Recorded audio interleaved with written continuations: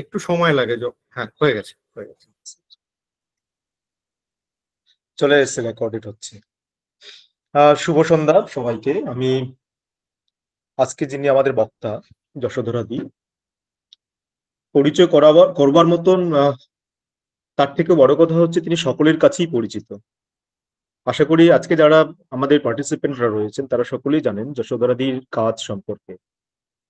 আমি ব্যক্তিগতভাবে যশোধরা দিকে চিনতে পারি যে যখন উনি মেয়েদের কথা সম্পাদিত করছেন, এবং মেয়েদের কথা এই বইটি পড়তে গিয়ে যশোদাদির যখন প্রবন্ধটি পড়ছি আমি তখন অবাক হচ্ছি পড়তে পড়তে। এবং আরো অনেক পড়েছি, পরবর্তীতে তিতিরের গল্প পড়েছি, খণ্ডিতার বিশ্ব দর্শন পড়েছি, এবং আরো অনেক, মানে অনেকটাই বই আমার ব্যক্তিগতভাবে পড়া দিদির। তো তার থেকে বড় কথা হচ্ছে আজকে আমি পরিচয় করাচ্ছি দিদির সঙ্গে। দিদি মূলত কলকাতার মানুষ। তার বাবা ছিলেন কল্পবিজ্ঞানী, সাহিত্যিক, রসায়নবিদ দিলীপ রায় চৌধুরী, এবং মা ছিলেন চিত্রশিল্পী, কণ্ঠসঙ্গীত শিল্পী অরুন্ধতী দেবী। দর্শন নিয়ে তিনি প্রেসিডেন্সি কলেজ ও কলকাতা বিশ্ববিদ্যালয় থেকে স্নাতক করেন এবং স্নাতকোত্তর করেন।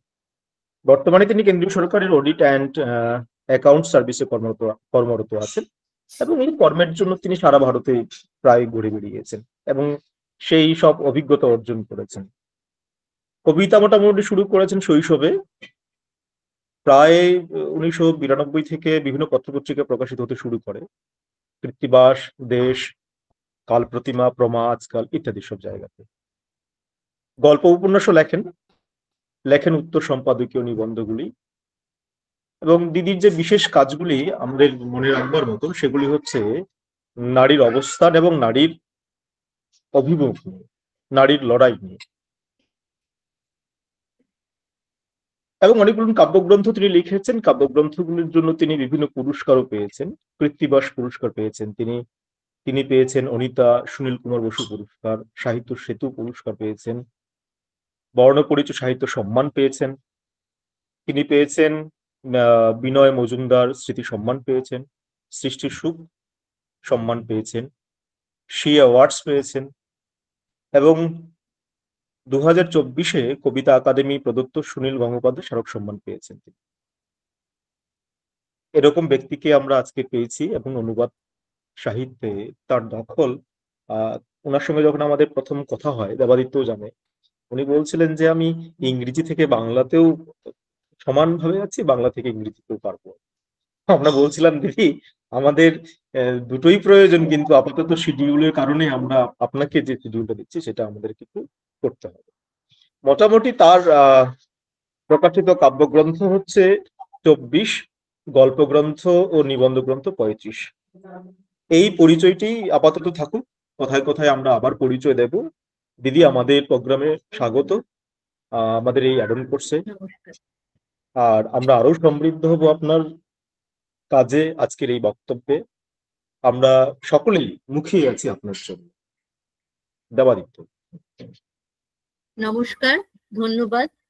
আমিও আপনাদের এই একাডেমিক কার্যক্রমের মধ্যে আসতে পেরে খুবই সম্মানিত বোধ করছি, কারণ আমি সেই অর্থে কোনো একাডেমিক ব্যক্তি নই। আমি নিজের আনন্দেই লেখালেখি শুরু করেছিলাম, একটা সময় নিজের তাগিদেই পড়াশোনা শুরু করেছিলাম। আমি দর্শনের ছাত্রী ছিলাম। আজকের বিষয় যেহেতু আপনাদের এই সমস্ত কার্যক্রমেরই বিষয় অনুবাদ, কাজেই আমি বেশি কথার প্রস্তাবনা না করে বা অনেক অন্য কথা না বলে সরাসরি অনুবাদ বিষয়ে প্রথমে ঢুকতে চাই।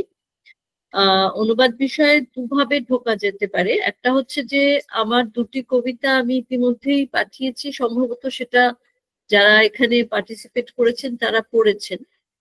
আর তাছাড়াও বেশ কিছু ইংরেজি থেকে বা ফরাসি থেকে আমি নারীর কবিতা অনুবাদ করেছি। বুলগেরিয়ার কবি বেশ কিছুদিন আগের বামপন্থী কবি ব্লাগা দিমিত্রোভা, তারও কয়েকটি কবিতা অনুবাদ করেছিলাম, কিন্তু অবশ্যই আমি বুলগেরীয় ভাষা জানি না, কিন্তু আমি ইংরেজি অনুবাদ থেকে অনুবাদ করেছিলাম।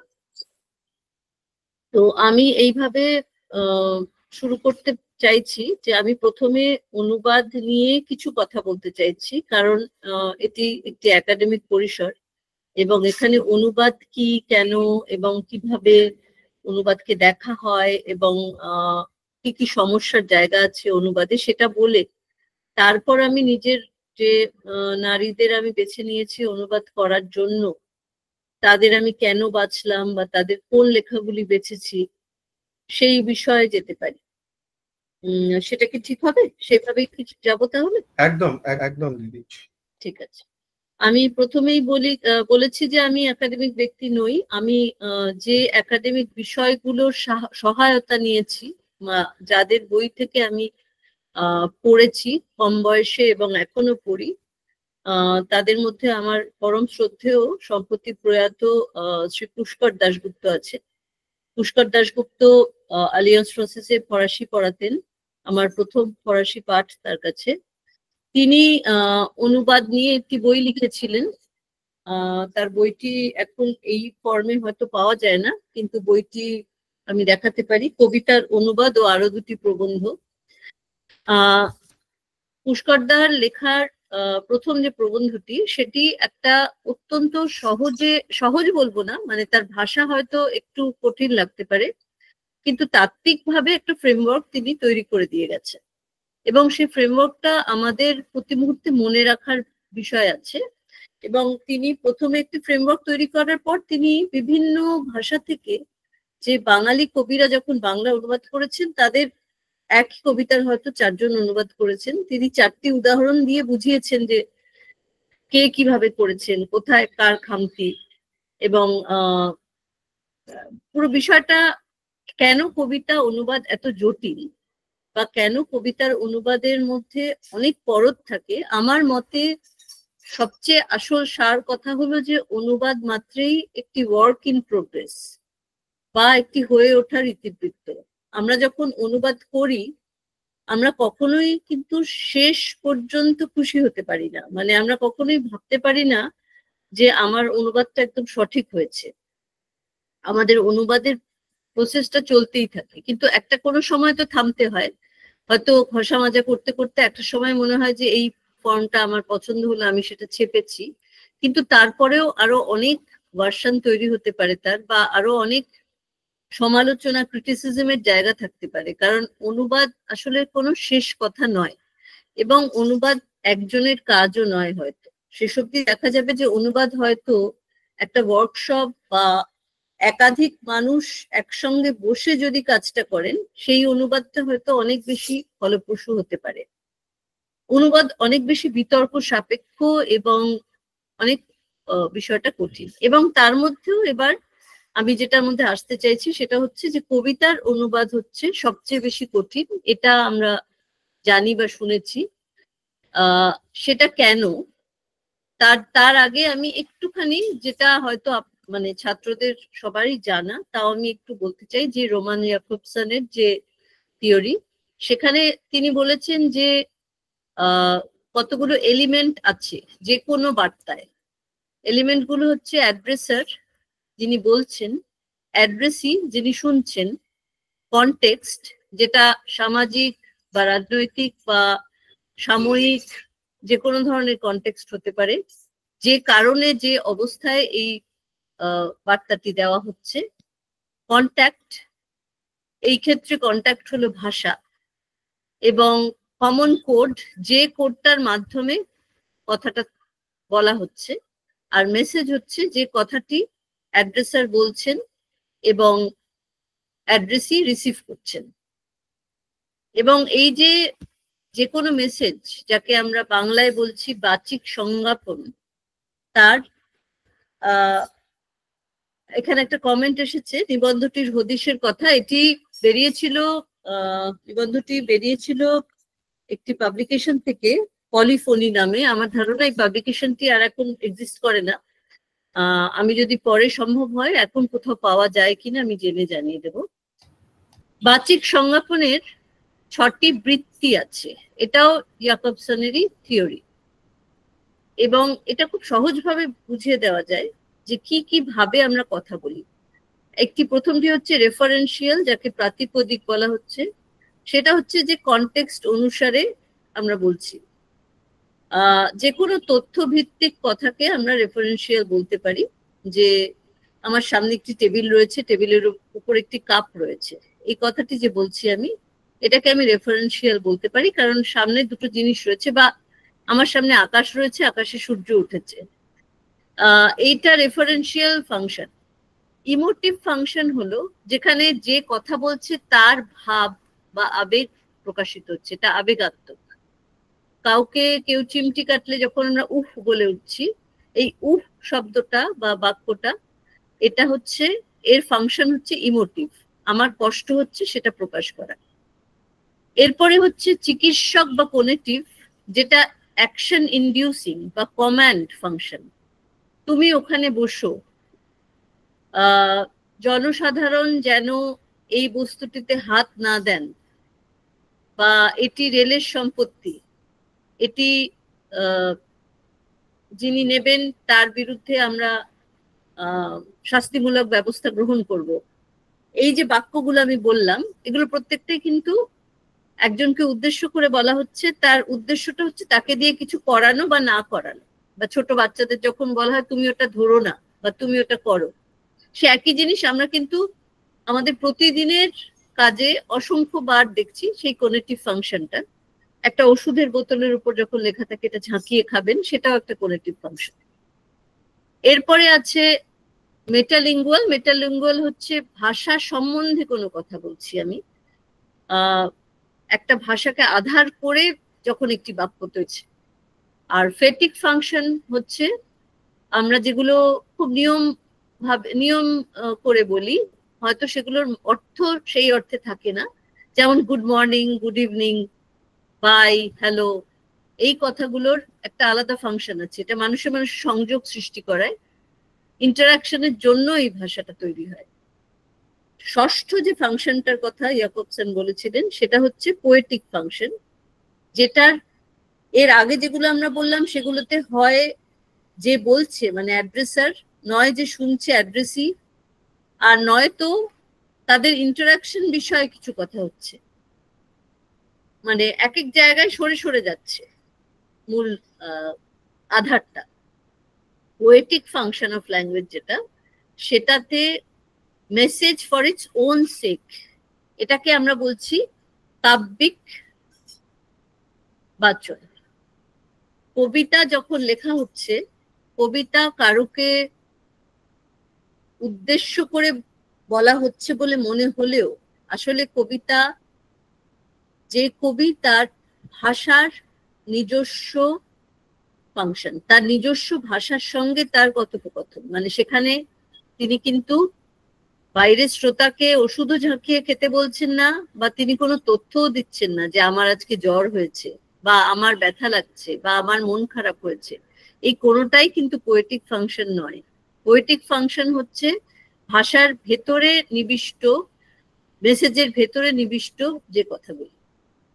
এবং পুষ্কর দাশগুপ্তর লেখা থেকে একটা জিনিস পরিষ্কার, সেটা হচ্ছে যে তিনি বলতে চাইছেন যে যখন পোয়েটিক ফাংশন থাকে, সৃজনশীল রচনা যেগুলো বা কাব্যিক রচনা, সেগুলোয় একটা অপরিহার্য সম্পর্ক থাকে প্রতিটা শব্দের সঙ্গে, প্রতিটা শব্দের এবং অন্বয়ের, যার ফলে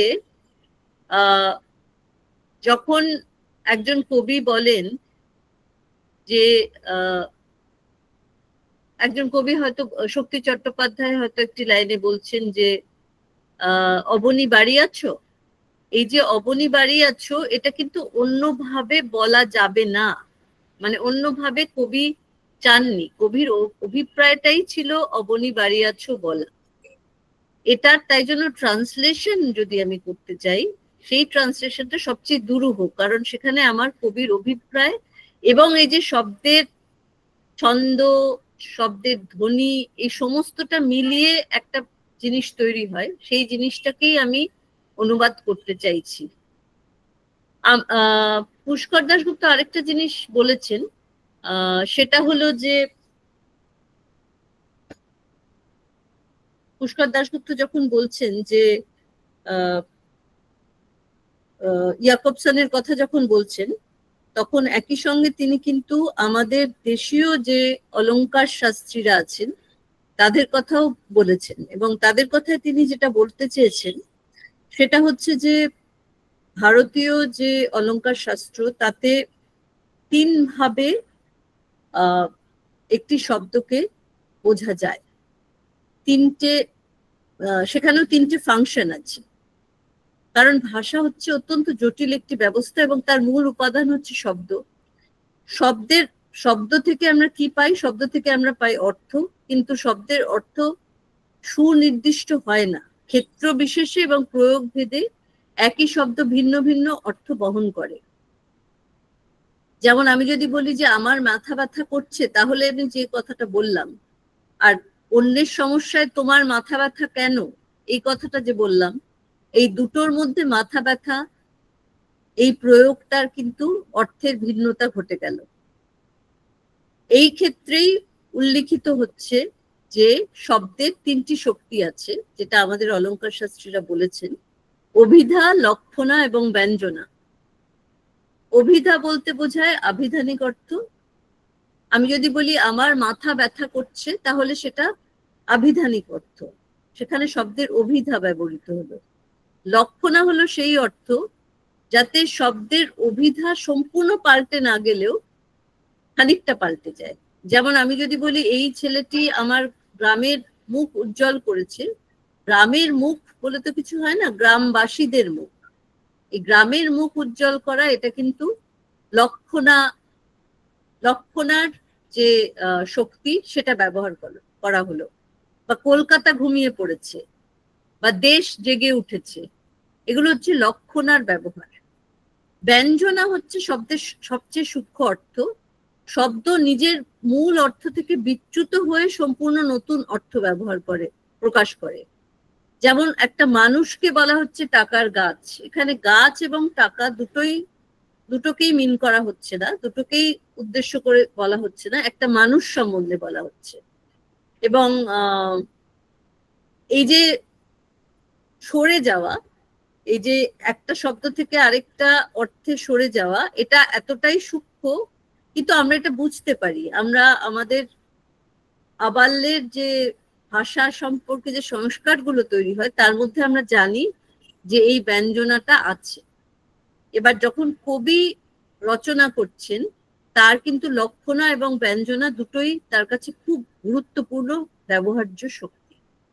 রচনার চরিত্র অনুযায়ী অনুবাদ যখন করা হচ্ছে, তখন অনুবাদকে আমরা দেখতে পাচ্ছি যে কিছু কিছু ক্ষেত্রে যখন মূল বাক্য একেবারেই অভিধার অর্থে আসছে, তখন সবচেয়ে সহজে আমরা অনুবাদ করতে পারছি। মানে এত বড় ধান ভানতে শিবের গীত আমার করার এটাই উদ্দেশ্য, যে কবিতার অনুবাদের ক্ষেত্রে কিন্তু যেহেতু বাচ্যার্থ বা অভিধা খুব কম আসছে, বেশিরভাগটাই আসছে লক্ষণা এবং ব্যঞ্জনা, সেই হেতু সেটাকে অন্য ভাষায় নিয়ে যাওয়ার অনেকগুলো সমস্যা থেকে যাচ্ছে। তার ফলে এখানে 3টে ভাবে বলা হচ্ছে। প্রতিরূপ বলা হচ্ছে, যেখানে আমরা আগেই ইয়াকবসনের কথায় বুঝলাম যেটা, যে প্রথম দিকের যে প্রাতিপদিক বা যে অন্যান্য ফাংশন গুলো আছে, সেই ফাংশন গুলো প্রথম দিকের 2-3টি ফাংশনের যখন আমি কোনো বাক্য অনুবাদ করছি, সেটা অনেক সহজ, কারণ সেটা আমি ওই অভিধার শক্তি ব্যবহার করেই করতে পারি। টেবিলের উপর কাপটি রাখা আছে, এটা ইংরেজিতে বললে যেভাবে অনুবাদ হবে, বাংলাতেও সেভাবেই অনুবাদ করা যাবে। শুধু শব্দগুলো ধরে ধরে ইংরেজির জায়গায় বাংলা শব্দ বসালে মোটামুটি ভাবে আমি অনুবাদটা করে দিতে পারবো। কিন্তু যেই মুহূর্তে ব্যঞ্জনা ঢুকছে, এবং যেহেতু কাব্যিক রচনায় ব্যঞ্জনা প্রধান, সেহেতু আমার অনুবাদের সময় অসুবিধাটা শুরু হচ্ছে। এবং এই যে এটা খুবই একটা ফর্মাল একটা ইন্ট্রোডাকশন আমি দিলাম, এই কারণে দিলাম যে এই জায়গা থেকে ধরলে আমাদের সমস্ত অনুবাদই আসলে অসফল। কারণ সেই অর্থে দেখতে গেলে অনুবাদ আসলে হয় না। অনেকে বলেন অনুসৃজন, অনেকে বলেন রিক্রিয়েশন, বলেন অনুসৃজনকে, অনেকে বলেন অনুসরণ। আরেকটি কথা বলা হয়ে থাকে, আমি এক মিনিট, যে সমস্যাগুলো সৃজনশীল যে কোনো বাক্য রচনার মধ্যে থাকে, সেটা অনেকটাই থাকে যে ভাষাটি ব্যবহার হচ্ছে। ফরাসি ভাষার যে ধরনে তার অন্বয় হয়, ইংরেজি ভাষায় কিন্তু সেটা হয় না, বাংলাতেও হয় না। এরও কতগুলো খুব স্থূল উদাহরণ আছে, আমি দিতেই পারি। যেমন বাংলাতে তুমি, তুই, আপনি, ইংরেজিতে সেটা নেই। ইংরেজিতে ইউ, একটাই ইউ। আর ফরাসিতে আছে দুটি, ভু এবং তু। মানে তু মানে তুমি এবং তুইও হতে পারে, আর ভু মানে আপনি, মানে শ্রদ্ধা অর্থে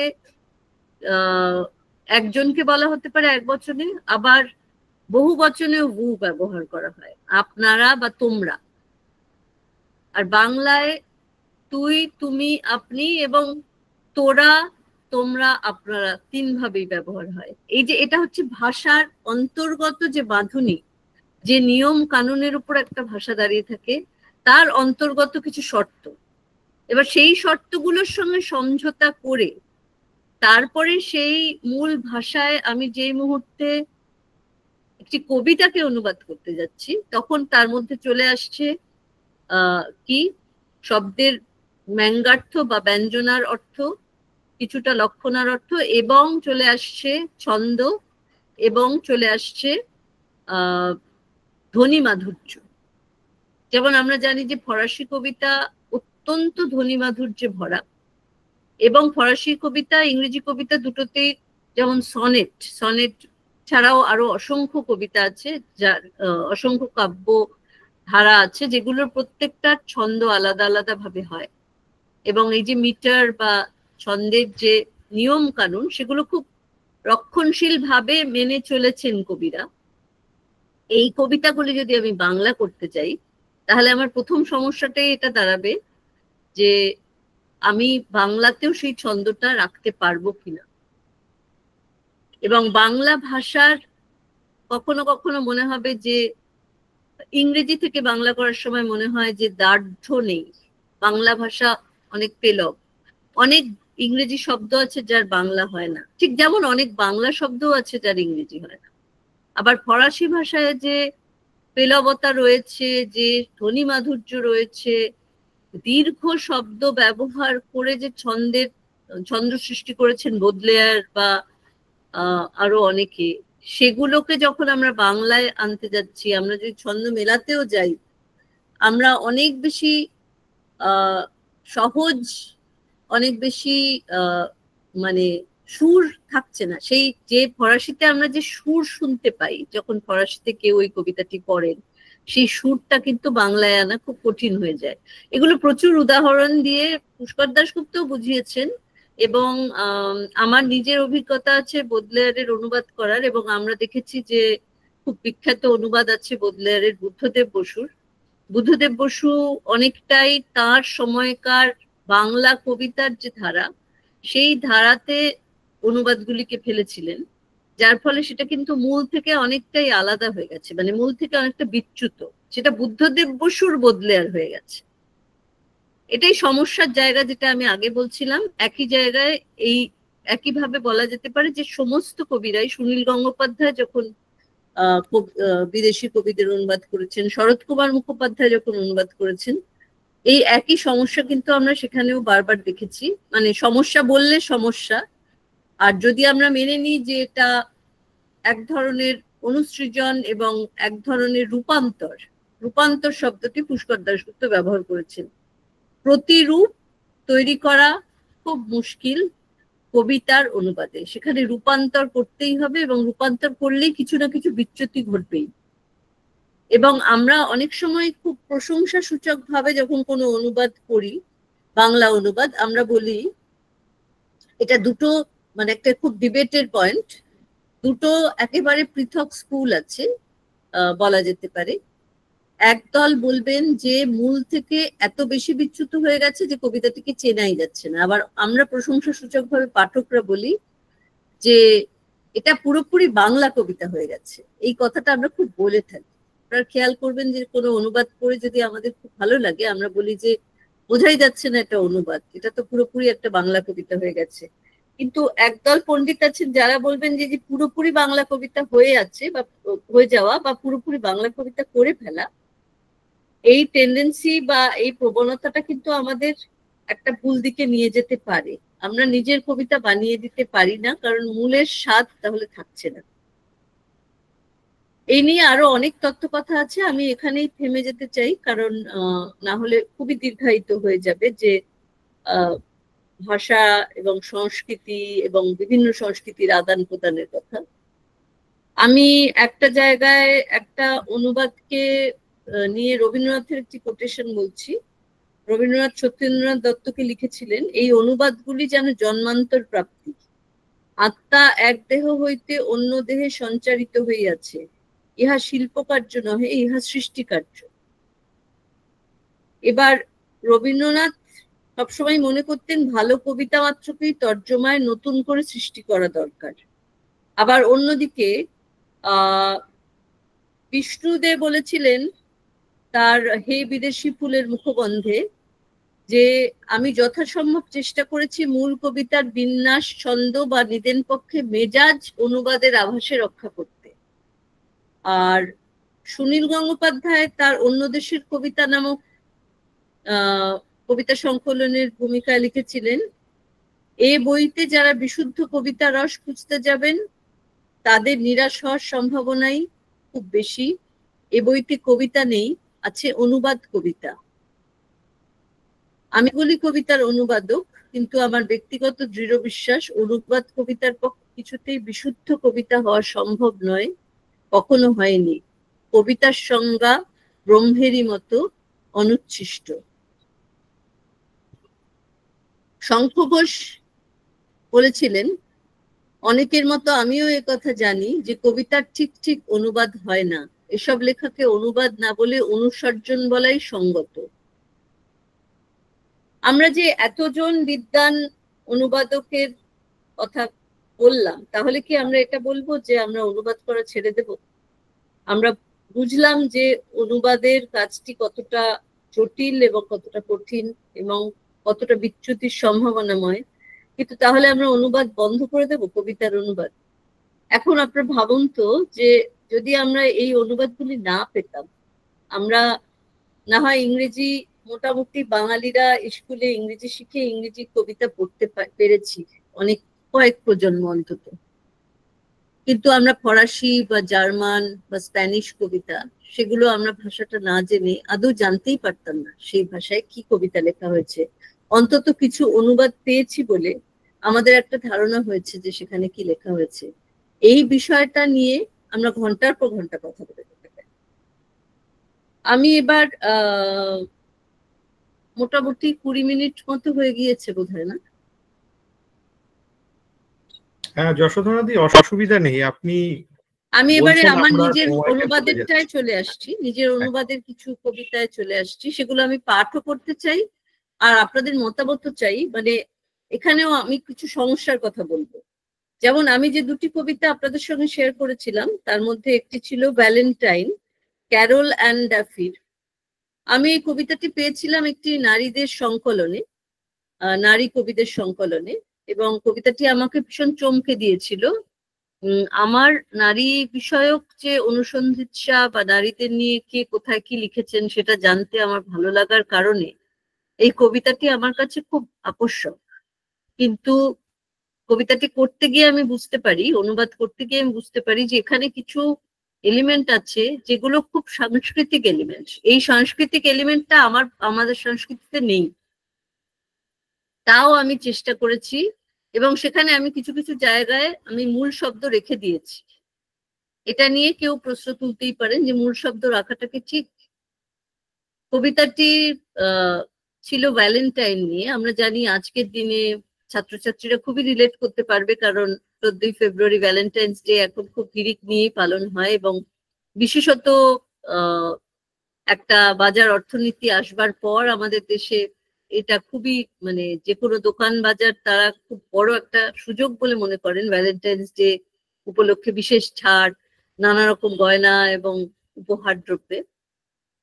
এই কবিতাটি ঠিক ওই ভ্যালেন্টাইন্স ডে বলতে যে নরম রোমান্টিক তুলতুলে গোলাপি ব্যাপারটা বোঝায়, সেটাকে নিয়ে একটা প্রহসন বা সেটাকে নিয়ে একটা শ্লেষাত্মক ঠিক বিপরীত একটা বিষয় তৈরি করেছে। সেজন্যই কবিতাটি আমাকে টেনেছে। কবিতাটিতে বলা হচ্ছে ভ্যালেন্টাইনকে রেড রোজ বা স্যাটিন হার্ট আমি তোমাকে দেব না, আমি তোমাকে দেব একটা পেঁয়াজ।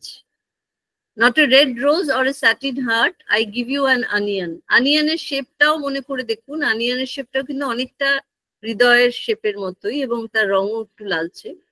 It is a moon wrapped in brown paper. It promises light like the careful undressing of love.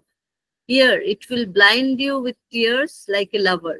It will make your reflection a wobbling photo of grief. I am trying to be truthful, not a cute card or a kissogram. I give you an onion. Its fierce kiss will stay on your lips, possessive and faithful as we are, for as long as we are. Take it. Its platinum loops shrink to a wedding ring. If you like, lethal. Its scent will cling to your fingers, cling to your knife. আমি যখন অনুবাদ করতে যাই তখন আমি দেখি যে এখানে 2-3টি শব্দ আছে যেগুলো আমাদের সংস্কৃতির সঙ্গে কোথাও আমরা খুঁজে পাবো না। যেমন কিসোগ্রাম বলে যে শব্দটি আছে, সেটা পরে আমার সেটার সম্বন্ধে জানতে গিয়ে দেখতে পাই যে কিসোগ্রামকে আমার একটা টিকা দিতে হয়, যার ফলে অ্যাস্টারিক্স দিয়ে, যে সেটি একটি টেলিগ্রাম, যেটা হচ্ছে একটি চুম্বনকে বহন করে নিয়ে আসে। চুম্বনটা যে বাহক, যে টেলিগ্রামটি বাড়িতে নিয়ে আসছে, সে যে প্রাপক তাকে দেয়। তো এই বিচিত্র বিষয়টা হয়তো ক্যারল অ্যান ডাফির সমাজে এবং তার সময়ে, আজকের সময়ে হয়তো এটা নেই, কিন্তু সেই সময়ে হয়তো এটা চালু হয়েছিল। এটা একটা ভালোবাসার মেসেজ, কিন্তু মূল বক্তব্য হচ্ছে যে মিষ্টি কার্ড বা কিসোগ্রাম আমি তোমাকে পাঠাচ্ছি না, আমি সৎ হতে চাইছি। এবং পেঁয়াজটা কি করে, পেঁয়াজ চোখ দিয়ে জল এনে দেয়, পেঁয়াজের গন্ধ মুখ থেকে যেতে চায় না, আঙুল থেকে যেতে চায় না, এই জিনিসগুলো তিনি ব্যবহার করেছেন। পেঁয়াজের ভেতরে যে রিং গুলো থাকে সেগুলো সাদা রঙের হয়, তাই তিনি প্ল্যাটিনাম লুপ বলেছেন এটাকে। আমি এই অনুবাদটিতে প্ল্যাটিনাম লুপ এবং কিসোগ্রাম এই দুইটি শব্দকে চেঞ্জ করিনি, বদলাইনি। আমি বাংলাটি পড়ছি। লাল গোলাপ না, স্যাটিনের হৃদয় না, তোমাকে দিলাম একটা পেঁয়াজ। ব্রাউন পেপারে মোড়া এক চাঁদ, আলো নিশ্চয়ই দেবে প্রেমের সযত্ন উন্মোচনে। এই যে এ তোমাকে অন্ধ করবে কান্নায়, ঠিক প্রেমিকেরই মতো, তোমাকে আয়নায় দেখাবে ঝাপসা আর দুঃখী এক ছবির মতো। আমি সৎ হতে চাইছি, মিষ্টি কার্ড না, কিসোগ্রাম না, তোমাকে দিলাম একটা পেঁয়াজ, এর হিংস্র চুম্বন তোমার ঠোঁটে লেগে থাকবে। আগ্রাসী আর একনিষ্ঠ যেমন আমরা, যতক্ষণ পারি তেমন থাকতে আমরা। নাও, এর প্ল্যাটিনাম লুপ শুকিয়ে এঁটে বসবে বিবাহ অঙ্গুরের মতো যদি চাও।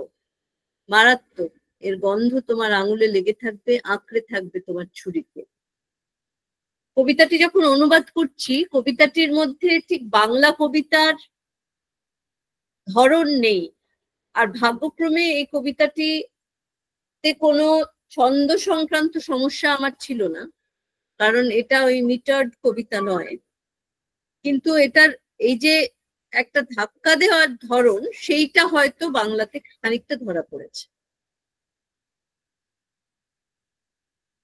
এখানে আমি আরেকটি কবিতা স্ট্রেচ মার্ক নামে ব্যবহার করেছি, এখানে দিয়েছি আপনাদের। সেটা নিয়ে আপনারা যদি কোনো আলোচনা করতে চান করতে পারেন, মানে যদি তার ভিতরে কোথাও কোনো প্রশ্ন জাগে, কারণ এখানেও বেশ কিছু গোলমেলে ব্যাপার আছে। যেমন একটা হচ্ছে যে এখানে একটা সাংস্কৃতিক বিষয়, আমি শুধু বাংলাটাই পড়ছি, নইলে অতিরিক্ত দীর্ঘ হয়ে যাবে।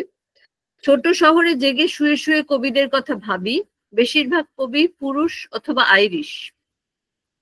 হলুদ ফোটো হয়ে থাকেন, 4 অক্ষরের গালি দেন, শুয়োর পুড়িয়ে খান অথবা দুবার বিয়ে করেন, বেশিরভাগ বই ও পত্রিকা সম্পাদনা করেন।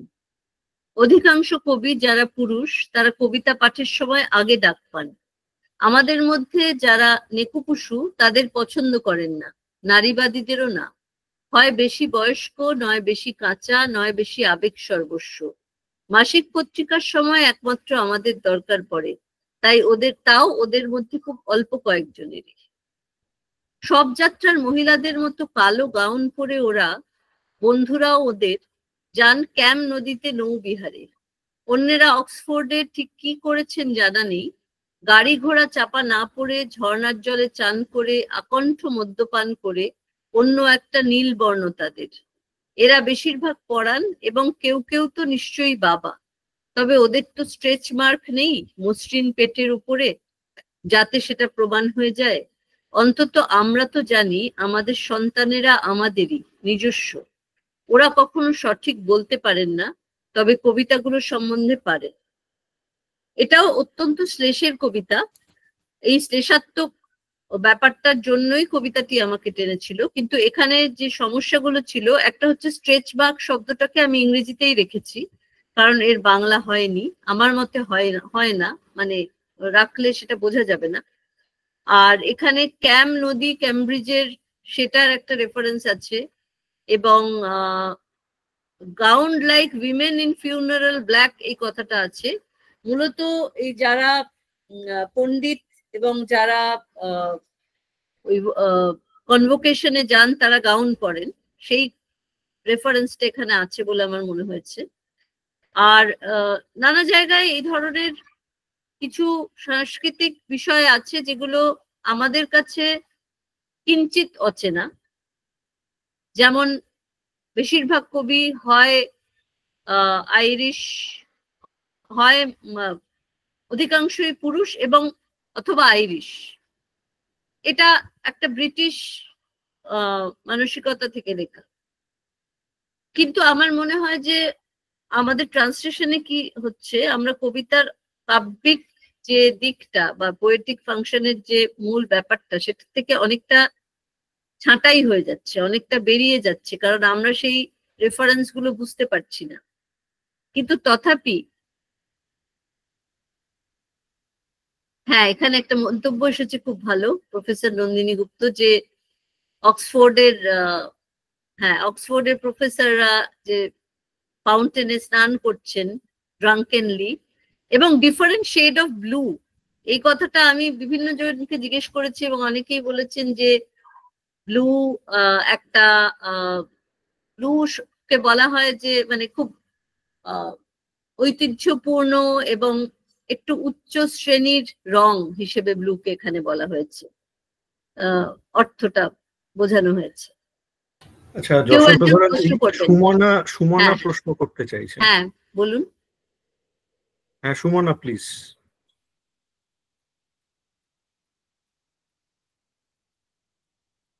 সুমনা, আপনি কি আমাদের কথা শুনতে পাচ্ছেন? আচ্ছা, হয়তো অ্যাক্সিডেন্টালি হ্যান্ড রেজ অপশনটি। আচ্ছা, নন্দিনী গুপ্ত ম্যাডাম আরেকটা কথা বলেছেন যে অক্সফোর্ড আর কেমব্রিজ দুটোরই দুরকম blue, different shade of blue, কথাটার মানেটা সেটাই, দুই ধরনের royalty type in scholarly aspects. Thank you. আচ্ছা, সুমনা বোধহয় শুনতে পাচ্ছিলেন। আমরা শুধু আপনাকে জিজ্ঞেস করছি যে আপনি কি কিছু বলতে চান, মানে প্রশ্ন করতে চান কিছু, সেই জন্যই আমরা জিজ্ঞেস করছি। আচ্ছা, ঠিক আছে, যশোধরাদি প্লিজ ক্যারি অন। এই কবিতাটিও খুবই সমস্যাপূর্ণ কবিতা। আমি সেজন্যই বলছিলাম যে এটা একটা গ্রুপ অ্যাক্টিভিটি হলে অনেক বেটার হতে পারে। মানে একটা মানুষ যখন অনুবাদ করছে, সে তার মতো করে জিনিসগুলোকে দেখছে বা শব্দগুলোকে পড়ছে, এবং তার এই যে কবি যিনি যেটা লিখছেন তার পেছনে একটা বিরাট বড় সাংস্কৃতিক পরিমণ্ডল থেকে যাচ্ছে। সেই পরিমণ্ডলটা কিন্তু আমাদের সবাই সমস্তটা আমরা জানছি না, অথচ আমরা অনুবাদের কাজে নেমে পড়ছি। এটা এই সমস্যার জায়গাটা বিশেষ করে উল্লেখযোগ্য, সেই জন্য আমি দুটি কবিতাকে বেছে নিয়েছি। এছাড়াও আমার কিছু কবিতার অনুবাদ আছে, যেটা বললাম ওই ব্লাগা দিমিত্রোভা। আমার ধারণা যে ইংরেজি থেকে আমরা যখন অনুবাদ করি তখন আমাদের মূল সমস্যাটাই এটা হয় যে ইংরেজিটা সেই মূল ভাষা থেকে কতখানি ছেটে ফেলেছে আর কতখানি নিজের মতো যোগ করে দিয়েছে সেটা আমরা জানি না। তারপর আমরা তার থেকে বাংলা করছি, কাজে সেখানে আরো বেশি লস্ট ইন ট্রান্সলেশন হবার সম্ভাবনা থাকে। আর এই একই সমস্যা কিন্তু আমরা পাই যখন আমরা ভারতীয় অন্য ভাষার কবিতা ইংরেজি ট্রান্সলেশন থেকে করি। এটা খুব দুর্ভাগ্যের কথা যে আমরা ভারতে এতগুলো বেশি প্রাদেশিক ভাষা থাকার ফলে কারোর পক্ষেই মানে অনেকগুলো শিখে ওঠা সম্ভব হয় না, বা আমাদের সেই আগ্রহ হয়তো নেই। এখানে একটা রাজনীতি কাজ করে, অনুবাদের পিছনেও একটা রাজনীতি আছে। সেখানে কিন্তু বারবার দেখেছি আমরা যে অনুবাদ কর্মের সময় আমরা বেছে নিই মূলত শক্তিশালীতর যারা কোনো না কোনো ভাবে প্রভাবশালী এবং ক্ষমতাশালী তাদের ভাষায়, যার ফলে আমরা ইংরেজি বা ফরাসি থেকে অনুবাদ করতে যতটা উদ্যোগী হই, আমরা কিন্তু ওড়িয়া বা অসমিয়া বা হিন্দি থেকে অনুবাদ ততটা উৎসাহী হয়ে করি না। এবং আমি নিজে সুযোগ পেয়েছি একবার কি দুবার বিভিন্ন ভাষা থেকে অনুবাদ করার। সেটাতে আমরা দেখেছি যে আমি গুজরাটি কবিতার অনুবাদ করেছি কিন্তু ইংরেজি অনুবাদ থেকে। এটা খুব দুর্ভাগ্যের আমার কাছে, কারণ আমরা হয়তো ইংরেজি না করে তার থেকে হিন্দি থেকে করলেও কিছু সাংস্কৃতিক জিনিস হয়তো রক্ষা পেত যেটা ইংরেজিতে হারিয়ে যায়। আমরা যদি গুজরাটি থেকে হিন্দি, হিন্দি থেকে বাংলা করি তাহলে হয়তো অনেকটা হারাবে না। প্রফেসর নন্দিনী গুপ্ত আরো কিছু বলেছেন, ওটা আমি পুরো পড়তে পারলাম না, একটু পড়ে দেবেন? আমি পড়ে দিচ্ছি, আমি পড়ে দিচ্ছি। নন্দিনী, প্রফেসর গুপ্তকে অনেক ধন্যবাদ, উনি খুব সুন্দরভাবে পার্টিসিপেট করছেন আলোচনায়। উনি লিখছেন, স্ট্রেচ মার্কস বা অন্য ইংরেজি শব্দগুলো বাংলায় ব্যবহার আমার মনে হয় খুব যথাযথ। আচ্ছা, ধন্যবাদ। হ্যাঁ, একটা জায়গায় গিয়ে আমাদের যেমন ধরুন আমি সম্প্রতি একটি অনুবাদ করছিলাম, সেখানে সুইজারল্যান্ডের একটি ব্যাংকের কথা বলা হচ্ছে। এখানে বাংলা যদি হতো তাহলে বাংলাতে আমি ব্যাংক না বলে আমি অন্যভাবে সেটাকে ব্যবহার করতে পারবো না, আমাকে ব্যাংক লিখতে হবে। বা ব্যাংকের লকার আমি লকারই রেখেছি, সেখানে সিন্ধুক বা চাবি দেওয়া খুপড়ি বা এরকম লিখে কিন্তু কোনো লাভ নেই। জ্যোতির্ময় রাম কিছু বলেছেন, এইটা মানে খুব সুন্দর একটা প্রতিক্রিয়া এসেছে।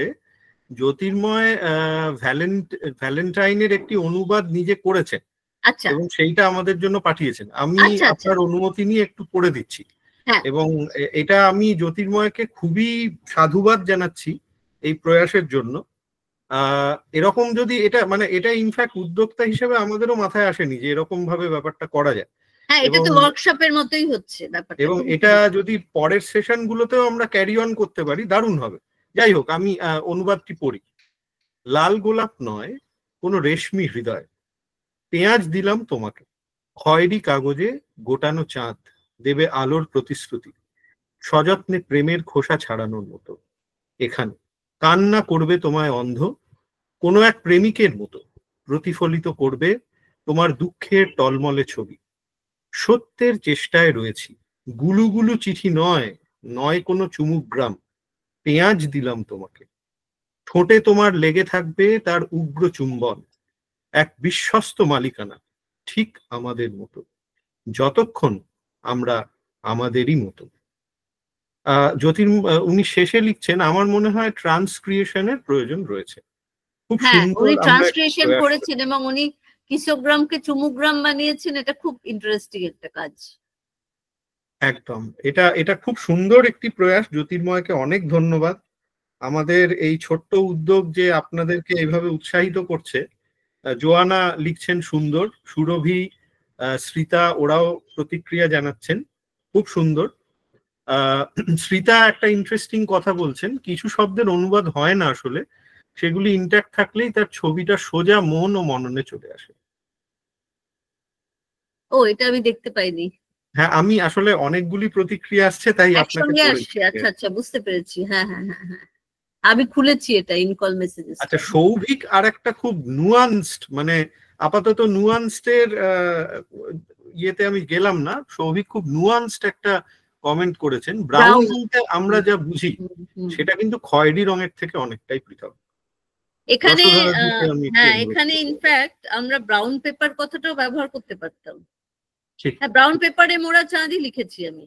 কারণ ব্রাউন পেপার কথাটাও কিন্তু আমরা ছোটবেলায় ক্লাস 1 থেকে বইয়ের মলাট দেওয়ার সময় যে ব্রাউন পেপার ব্যবহার করতাম, এই ক্ষেত্রে ওই ব্রাউন পেপার কথাটাই রেখেছিলাম আমি। একদমই একদমই। আচ্ছা, আমি একটু যশোধরাদি আগে জেনে নিচ্ছি, আপনি আপনার দিক থেকে আরো কিছু বলবেন নাকি না, আমরা আমি এখানেই সেশনটাকে ওপেন থামছি এই করব? জন্য যে আলোচনাটা যেহেতু জমে উঠেছে, সেটা তো আস্তে আস্তে আমার সত্যি আলোচনা জমে উঠছে। প্রাপ্তি, হ্যাঁ মানে সেটা তো আমারও প্রাপ্তি হবে। আর আমার সুরভি, সত্যি এই দুটো কবিতা দিয়ে আমি শেষ করতে চেয়েছিলাম। আচ্ছা অনুরাগ একটা ছোট্ট অনুরোধ করেছেন, সেটা একটু আমরা দেখে ও, নিই। ব্লাগা দিমিত্রোভা। আমি সাম্প্রতিক একজন বুলগেরিয়ান পোয়েটকে জিজ্ঞেস করেছি, তিনি বলেছেন যে ব্লাগা দিমিত্রোভা মানে বামপন্থী কবি শুধু নন, তিনি একজন রাজনীতিকও, এবং তার কবিতা এখন আর কেউ পড়ে না। ঠিক যেমন আমরা এখন বামপন্থী কবিদের কবিতা পড়ি না, যেমন মণিশঙ্কর ভট্টাচার্য এদের কবিতা আমরা আর পড়ি না। সুকান্তরই বা কবিতা কজন পড়ি, সুকান্ত ভট্টাচার্য। তো ব্লাগা দিমিত্রোভা বেশ 40-50-এর দশকের কবি, এবং তিনি খুবই নামী কবি, কিন্তু যেহেতু তিনি রাজনীতিক ছিলেন সেহেতু তার কবি পরিচয় সবাই ভুলে গেছে। বেশ, আমরা এবারে সুরভি একটা খুব সুন্দর প্রশ্ন করেছেন, সুরভিকে অনেক ধন্যবাদ। লিঙ্গ বৈষম্য কিভাবে সাহিত্য অনুবাদের প্রক্রিয়া ও রাজনীতিকে প্রভাবিত করে, বিশেষ করে পাঠ্য নির্বাচন, অনুবাদকের পছন্দ এবং নারী কণ্ঠের উপস্থাপনার ক্ষেত্রে? খুব ভালো প্রশ্নটা, মানে অত্যন্ত জরুরি। এবং যেহেতু আমাকে আপনারা মেয়েদের কবিতা বা মেয়েদের অনুবাদ নিয়ে বলতে বলেছেন, আমি যদিও মানে মেয়েদের নয় এমন কবিতা অনুবাদ করেছি, যেমন একটু আগে বলছিলাম বোদলেয়ার করেছি, কিন্তু লিঙ্গ বৈষম্যের ফলে আমার ধারণা মেয়েদের কবিতা প্রায় অনুবাদ হয়ইনি, সারা পৃথিবীতেই খুব কম হয়েছে। আর পাঠ্য নির্বাচনের ক্ষেত্রে ভীষণভাবে সাবজেক্টিভিটি কাজ করে আমার ধারণা।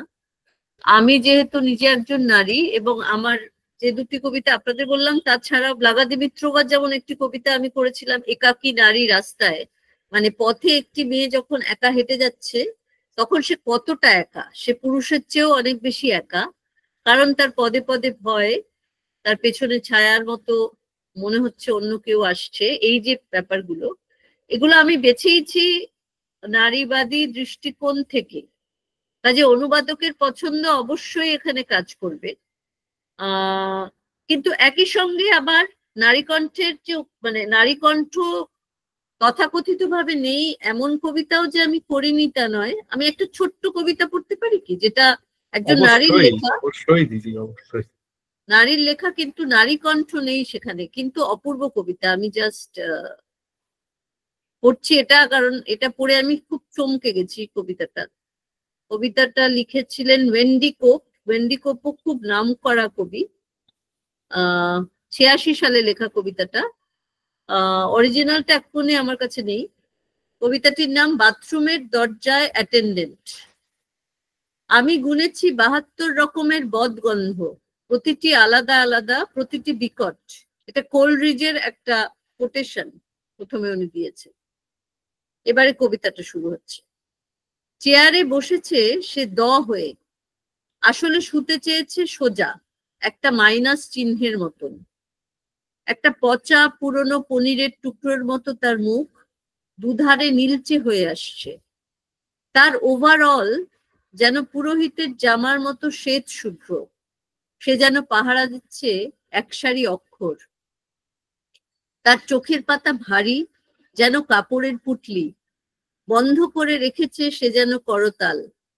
সারাদিন তার কানে আসে খুদে নায়াগারার ঝর্ণা, খটাংখট, ঘর ঘর, সিস্টার্ন আর ফ্লাশ ট্যাঙ্কের গর্জন। সন্ধে হলে সে হালকা করে কল খুলে দিয়ে বন্যায় ভাষায় বালু রঙা লিনোলিয়ামের মেঝেটাকে, আর মেডুসার সর্প মাথা উল্টে দেয়, তার মুন্ডুটা দিয়ে সারা মেঝের ময়লা সাপটে তোলে। এই কবিতাটি কেন আমাকে টেনেছে নিশ্চয়ই বোঝা গেল। এই কবিতাটিতে কোনো নারী চরিত্র নেই। যে চরিত্রটি আছে সে ওভারঅল পড়া একজন পুরুষ অথবা নারীও হতে পারে, কিন্তু সেটা বিষয় নয়। এই কবিতাটি অত্যন্ত অবজেক্টিভিটি নিয়ে একটা বাথরুম অ্যাটেন্ডেন্টের কাজকে দেখেছে। এবং একই সঙ্গে আমি বলবো যে কবিতাটির মধ্যে ভীষণভাবে অনেকগুলো ছবি পরপর পরপর এসেছে, এবং সেখানেও আমি অনেক ইংরেজি শব্দ সেরকমই রেখে দিয়েছি, কেননা নায়াগ্রার ঝর্ণাকে অন্যভাবে বলতে গেলে ভারতীয়করণ করার কোনো প্রয়োজন নেই, সিস্টার্ন, ফ্লাশ ট্যাঙ্ক এগুলো ভারতীয়করণ করার প্রয়োজন নেই। কিন্তু কবিতাটির শেষ লাইনে এসে সে যে ওই মপটা দিয়ে কাজ করে, ঝাড়ু বা মপ, সেটা মেডুসার সাপের মাথার মতন, মানে মেডুসার অসংখ্য সর্প মাথা ছিল, সেটাকে সে উল্টে দিয়ে তার মুন্ডুটা দিয়ে সারা মেঝের ময়লা সাপটে তুলছে, এরকম একটা আশ্চর্য উপমা রয়েছে। হ্যাঁ, ল্যাবরেটরি অ্যাটেন্ডেন্ট, রাইট।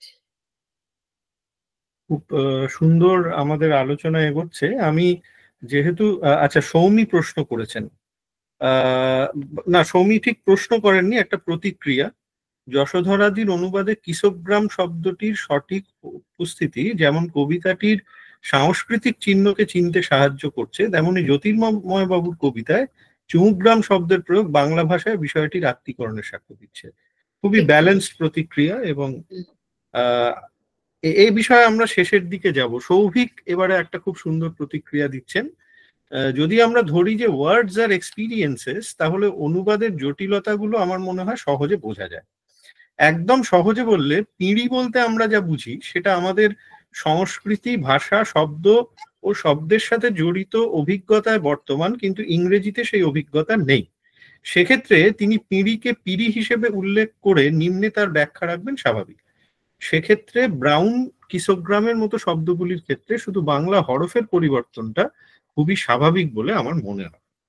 খুব সুচিন্তিত বক্তব্য, এবং ইদানিং বাংলায় যারা ইংরেজি থেকে অনুবাদ, বাংলা থেকে যারা ইংরেজিতে অনুবাদ করেন, মানে আমি আজকে যা আলোচনা করলাম তার ঠিক বিপরীত ক্ষেত্রে, সেই ক্ষেত্রে আমরা দেখেছি যে বিধবা মানুষ যে থান পড়েন, থানকে থান রাখা হচ্ছে, পিঁড়িকে পিঁড়ি রাখা হচ্ছে, বা তুলসী, তো অবশ্যই তুলসী তো একটি মানে প্রপার নেম গুলো তো রাখতেই হবে, তুলসী গাছ বা দেবতার নাম, এগুলো তো প্রপার নেম, এগুলো তো আছেই, কিন্তু তাছাড়াও এই যে বিশিষ্ট যে সাংস্কৃতিক উপাদান সেগুলোকে রাখা হয়, না রাখলে মনে করা হয় যে আমরা কোনোভাবে বিকৃত করছি, মানে এটা একটা হেজিমনির ব্যাপার, যে আমি শব্দগুলোকে নিয়ে নিজের মতো করে ফেলবো, নাকি আমি শব্দগুলোকে সেই শ্রদ্ধার জায়গায় রাখবো।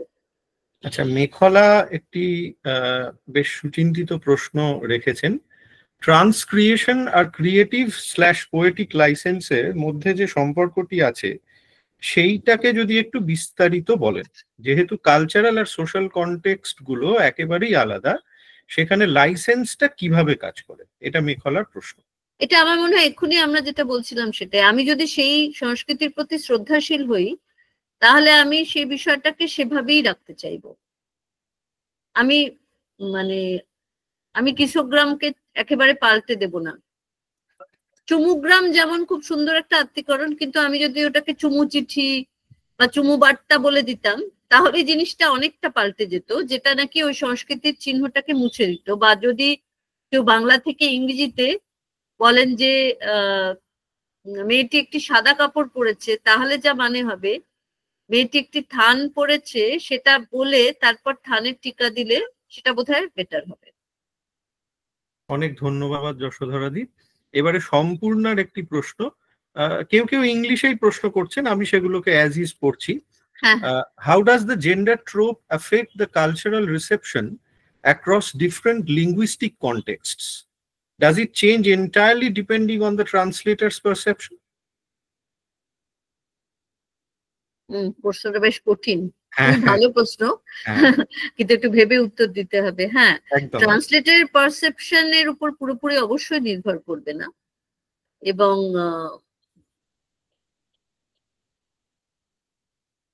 কনটেক্সটগতভাবে আমরা যখন আজকের দিনে দাঁড়িয়ে আমরা 1969 সালের যে ফ্রান্স বা ইউরোপে যে যৌন স্বাধীনতা নিয়ে যে কাজগুলো হয়েছে সেগুলো আমরা আজকের দিনে দাঁড়িয়ে বুঝতে পারি, আমরা 70-এর দশকে দাঁড়িয়ে হয়তো বুঝতে পারতাম না। সেখানেও কিন্তু আমাদের কালচারাল রিসেপশনটা একটা টেম্পোরাল এবং সোশ্যাল কতগুলো জিনিসের উপর দাঁড়িয়ে থাকতো, তাই না? এটা তো জেন্ডার শুধু নয়, এটা সমস্ত ক্ষেত্রেই সত্যি। একদমই একদমই। সম্পূর্ণা, যদি আমি সম্পূর্ণাকে তুমি করেই বলছি, তার কারণ সম্পূর্ণা আমার জুনিয়র। সম্পূর্ণা, যদি তুমি আরো কিছু বলতে চাও, please feel free to turn on your mic and interact. হ্যাঁ, মারা থাকার যেটা বলেছেন এটাও খুব ইন্টারেস্টিং। কিসোগ্রাম শব্দটা এখনকার ছেলেমেয়েরা হয়তো বুঝতে পারবেন না। একদমই এটা একদমই। একটা খুব টেম্পোরাল একটা ব্যাপার, এবং মারা সেরকম খুবই তো আমাদের কবিতাতেও অনেক কিছুই থাকে যেগুলো হয়তো 80-র দশকের যে বিষয়বস্তুটি আজকের দিনে সেটা আমরা বুঝতেই পারবো। আচ্ছা, অভ্র কিছু বলতে চাইছেন। অভ্র, প্লিজ। হ্যাঁ, আমি অভ্রা বলছি। আচ্ছা, অভ্রা, সরি, ভেরি সরি, হ্যাঁ ভেরি হ্যাঁ সরি। হ্যাঁ, দিদি শোনা যাচ্ছে? হ্যাঁ, শোনা যাচ্ছে। আচ্ছা, এই মাত্র আপনি যে কমেন্টের উপরে আলোচনাটা করলেন, যে একজন ট্রান্সলেটরের নিজস্ব পারসেপশনের উপরে একটা সোশিও কালচারাল, ইকোনমিক্যাল, যে যে পরিসর থেকে আমরা বলি না কেন, সেই সৃষ্টিটাকে আমরা দেখছি।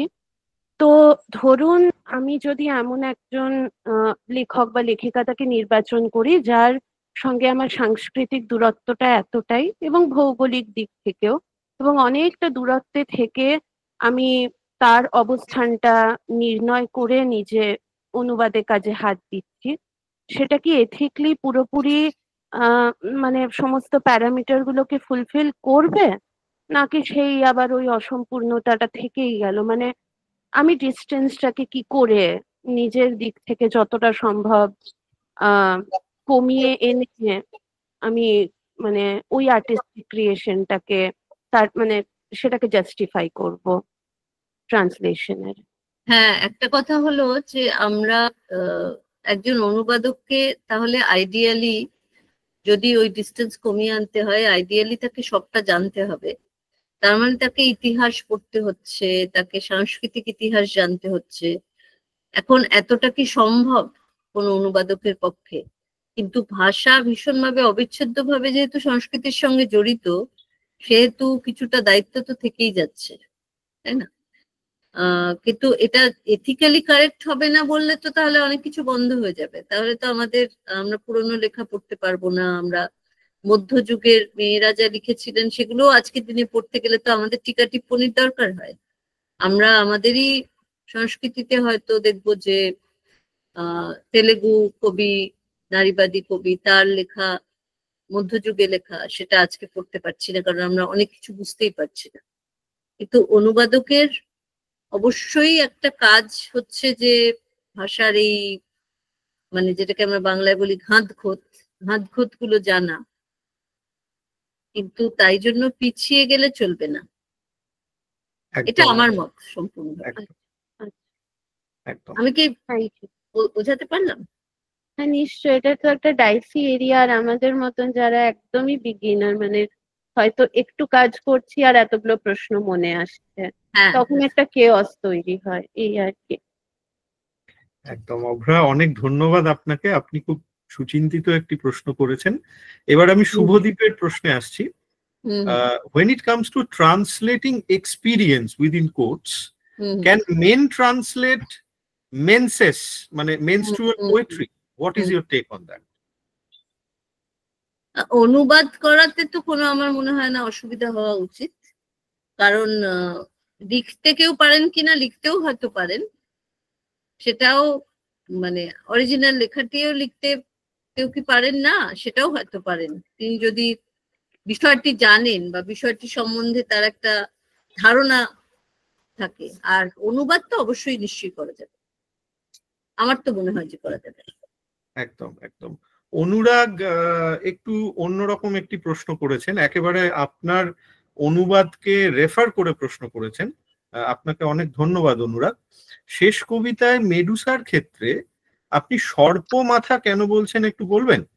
সর্পের ক্ষেত্রে আপনি সাধু ভাষা ব্যবহার করছেন, সাপ বলছেন না, আবার অন্যদিকে চলিত ভাষা ব্যবহার করে মাথা বলছেন, মস্তক। হ্যাঁ, এটা খুব ভালো বলেছেন। আসলে সাপের মাথা কথাটা তো, সাপ মাথা কথাটা বলা খুব উচ্চারণের পক্ষে অসুবিধা। সাপের মাথা বলতে চাইনি, আমি একটাই শব্দ ব্যবহার করতে চেয়েছি। মেডুসার অরিজিনালটা দেখতে হবে। অরিজিনাল ছিল নিশ্চয়ই স্নেক হেড বা এরকম একটা কিছু ছিল,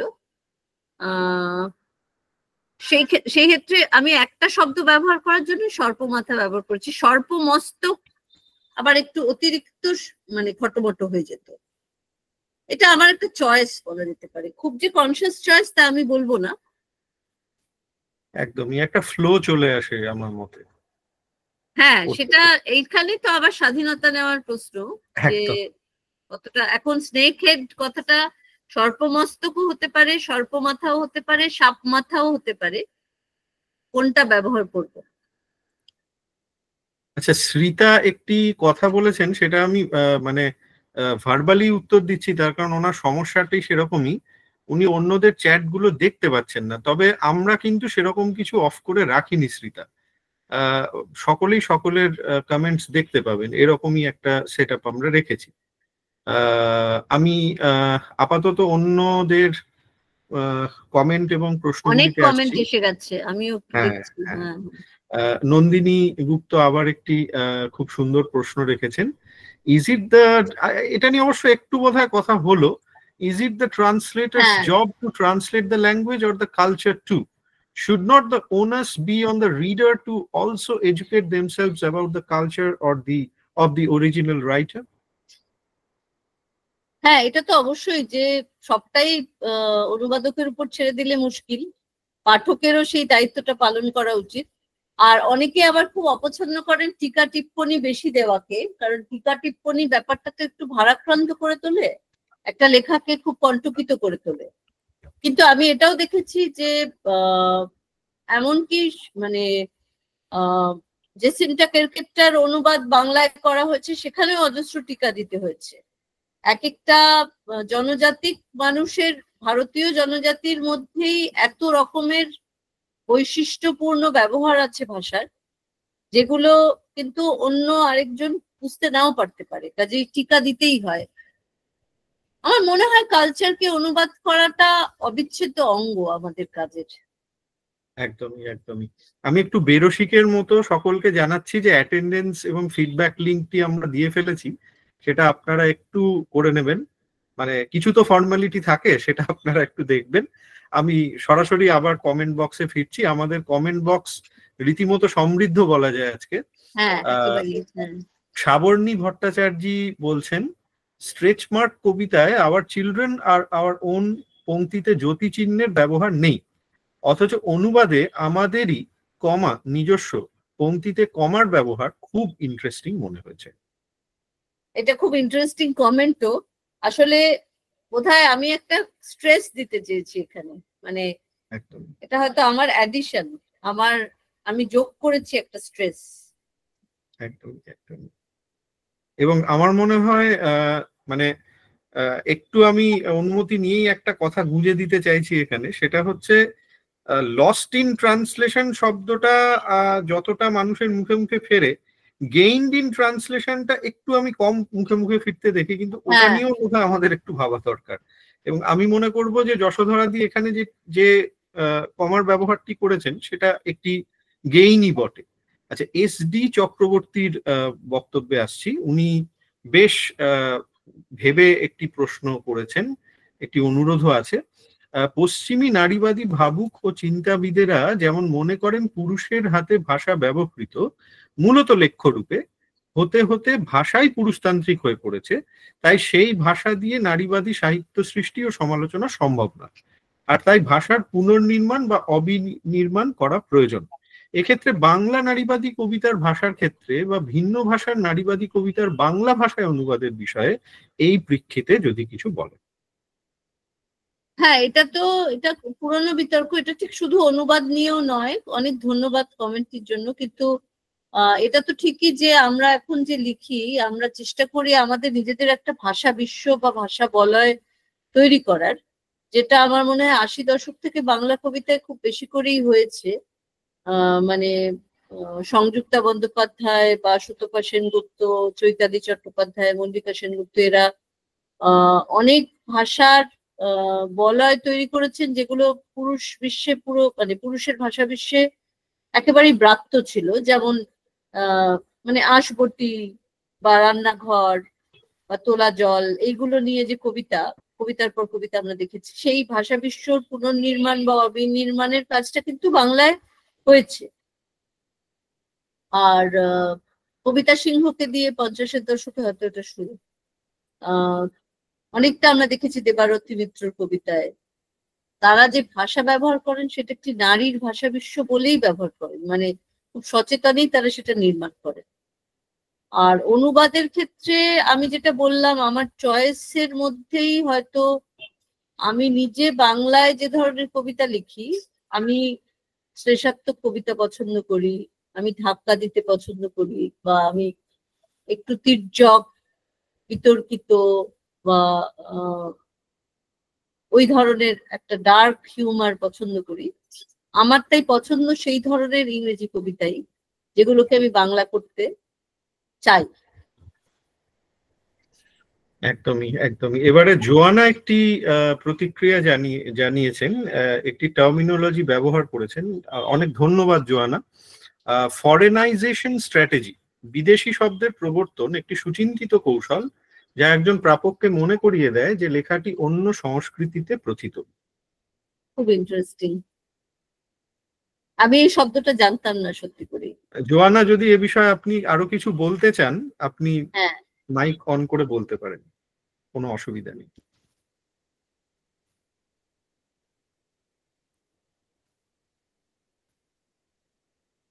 আচ্ছা, এবারে আমি চলে আসছি জোয়ানা। হ্যাঁ জোয়ানা, প্লিজ জোয়ানা, আপনি যদি কিছু বলতে চান এই বিষয়টি নিয়ে আরো, আপনি বলতে পারেন please.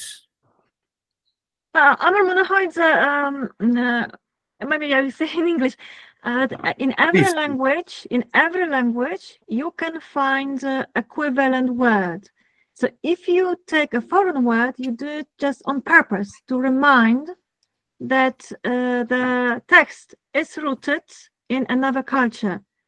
It's unlike with transcreation, when transcreation is to overcome differences, right?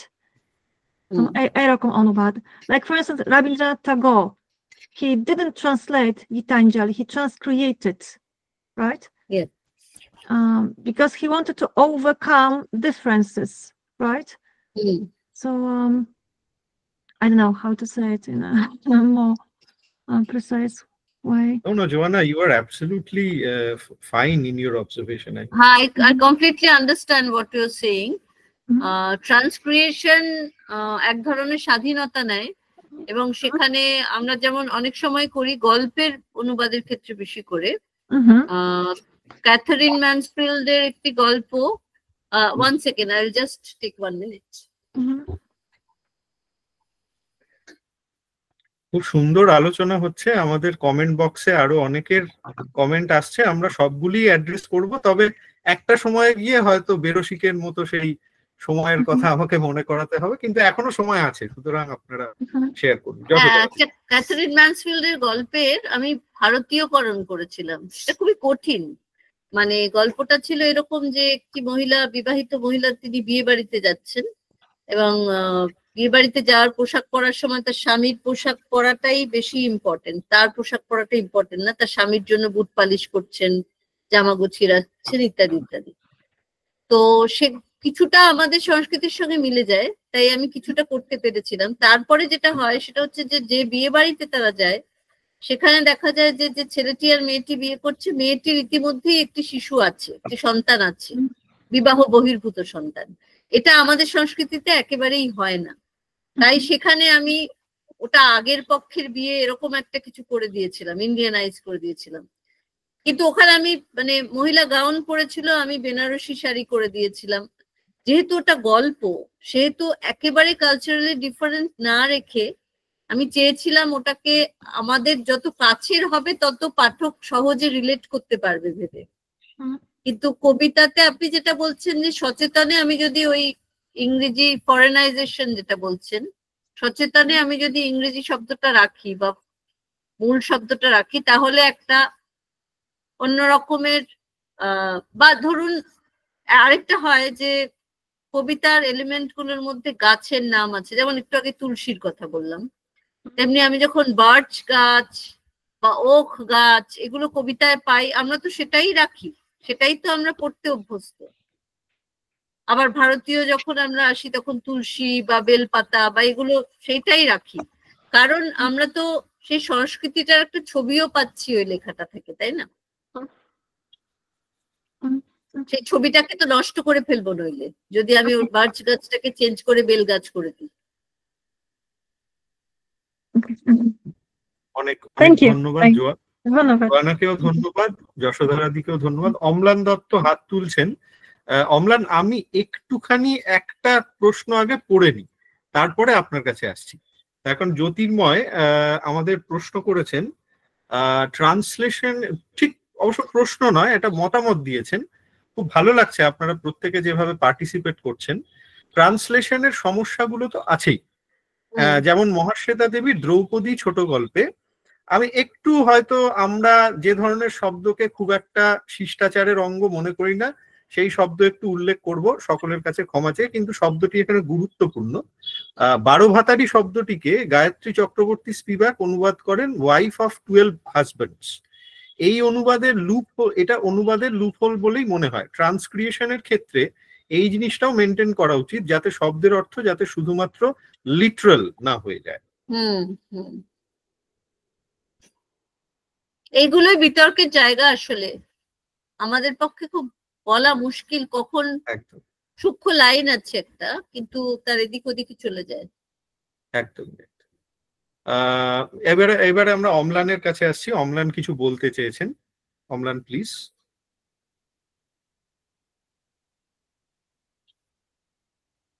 Saptak Bhattacharya একটা অনুবাদের। হ্যাঁ অম্লান, আমরা আপনার কথা শুনতে পাচ্ছি না। আপনি হয়তো কানেক্টিভিটি ইস্যু ফেস করছেন। আমি সাজেস্ট করব আপনি একবার লগ আউট করে আরেকবার লগ ইন করুন। আমরা কিছু শুনতে পাচ্ছি না কিন্তু আমরা। আমি আপাতত পরের প্রশ্নগুলিতে যাচ্ছি, বাট আমরা আপনার কথা অবশ্যই শুনবো। আমরা আপাতত শুনতে পাচ্ছি না, এটাই সমস্যা। জোয়ানা আরেকবার লিখেছিলেন সংস্কৃত ঐতিহ্যে ট্রান্সক্রিয়েশন সাধারণ। মারা একটি কমেন্ট করেছেন, অনুবাদক হিসেবে কাজ অনুবাদকের জন্য ফলপ্রসূ, কারণ একজন নিজের সংস্কৃতি সম্পর্কে যা বোঝা যায় সে সম্পর্কে অনুমান নিয়ে প্রশ্ন তুলতে হবে। মারা, আপনি অনেক ধন্যবাদ। আপনিও যদি কিছু বলতে চান please feel free to turn on the mic and speak.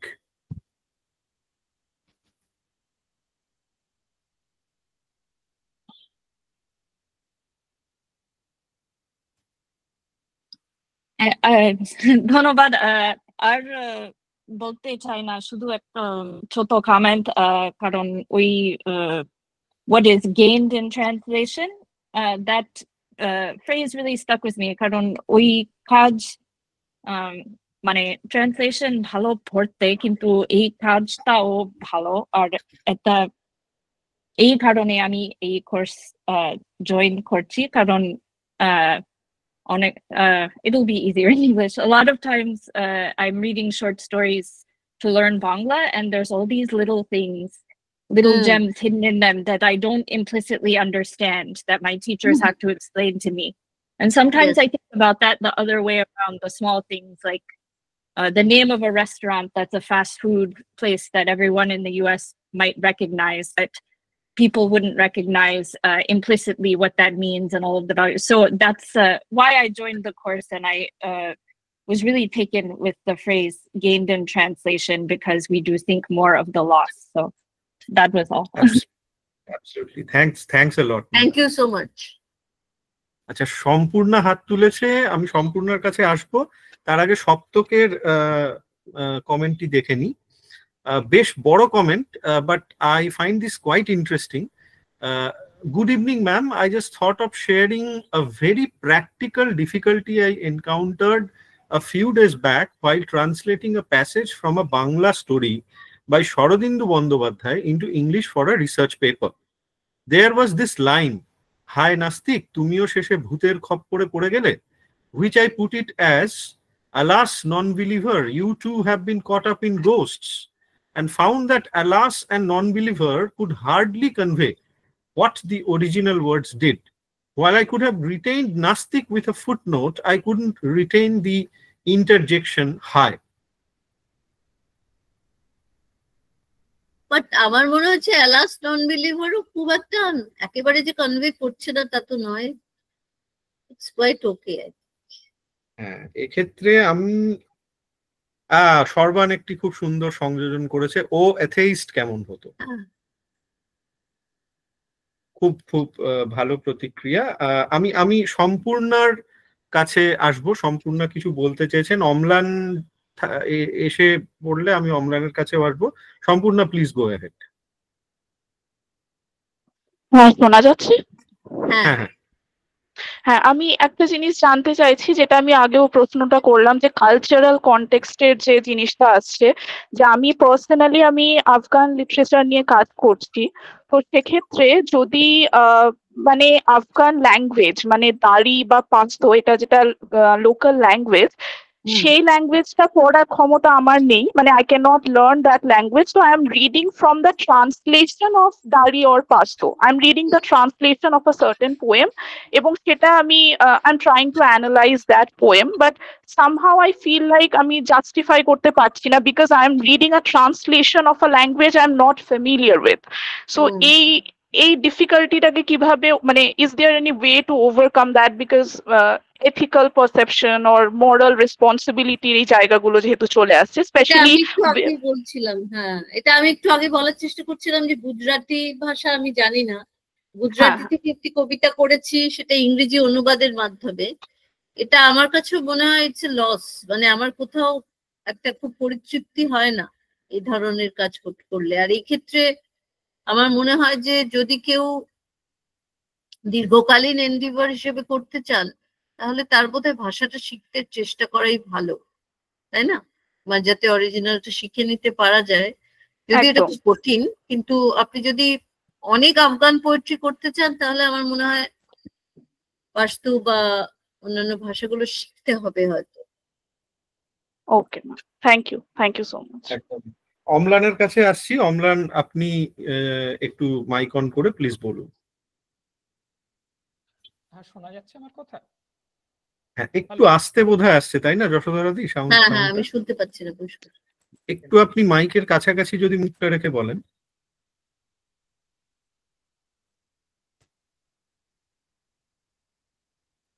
অম্লান, আমরা কিন্তু এখনো কিছু শুনতে পাচ্ছি না।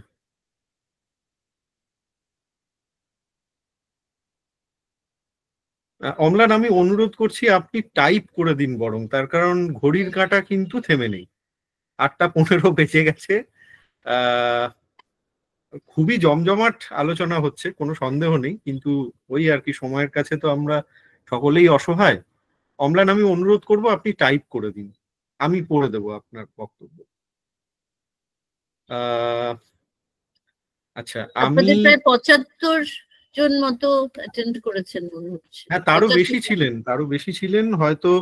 আসলে একটা ব্যাপার হয় কি, মানে গুগল মিটে আস্তে আস্তে যতজন জয়েন করতে থাকেন, কল ভলিউমটা বাড়তে থাকে, এবং তখন কারো কারো, যেমন আমাদেরই এক জুনিয়র ভাই সৌম্য একটি প্রশ্ন করেছিল। সৌম্য শুরুর দিকে জয়েন করার সময় বেশ সমস্যা হচ্ছিল, বাট যাই হোক, সবকিছু বাধা বিপত্তি কাটিয়ে আমরা দারুণ একটা সন্ধে পেলাম আর কি।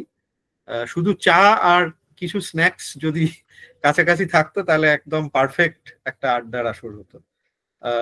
এই যে যিনি প্রশ্ন করেছিলেন যে মেনস্ট্রুয়েশন নিয়ে পোয়েট্রি কথা, এই ব্যাপারটা নিয়ে আমি একটু বলতে চাই যে সন্তান জন্ম নিয়ে বেশ কিছু বাঙালি কবি কবিতা লিখেছেন। আমার মনে হয় যে এটা আমাদের অনুবাদ, মানে বাংলা থেকে ইংরেজিতে অনুবাদ হওয়া উচিত। যেমন মল্লিকা সেনগুপ্তের কাচি জাতক বলে একটি সিরিজ আছে, মানে মল্লিকা সেনগুপ্তের অনেক কবিতাই খুব বিখ্যাত, যেমন আপনি বলুন, মার্কস বা এগুলো, কিন্তু আমার মনে হয় তারও আগে কাচি জাতকের সিরিজটি খুবই ভালো। মানে সেটা হচ্ছে একটি মেয়ে তার সন্তান হওয়াকে উপলক্ষ করে লিখছে, এবং সেই বিবরণটা, তো এই যে মেয়েদের যে অভিজ্ঞতাগুলো লেখা হয়েছে, এটা একটা ভাষা থেকে আরেকটা ভাষায় নিয়ে যাওয়া হয়তো খুব জরুরি আমার মনে হয়। একদমই। অম্লান, আমি আপনার প্রশ্নের অপেক্ষা করছি। আপনি টাইপ করে দিন, আমরা একেবারে শেষ মুহূর্তেও প্রশ্নটা এলে অবশ্যই যশোধরাদির কাছে রাখবো। আরো যদি কেউ কিছু বলতে চান বা কমেন্ট করতে চান, এখনো আমাদের একটু সময় আছে। আচ্ছা, সাদিকুলদা হাত তুলেছেন, আমাদের সহকর্মী। সাদিকুলদা প্লিজ।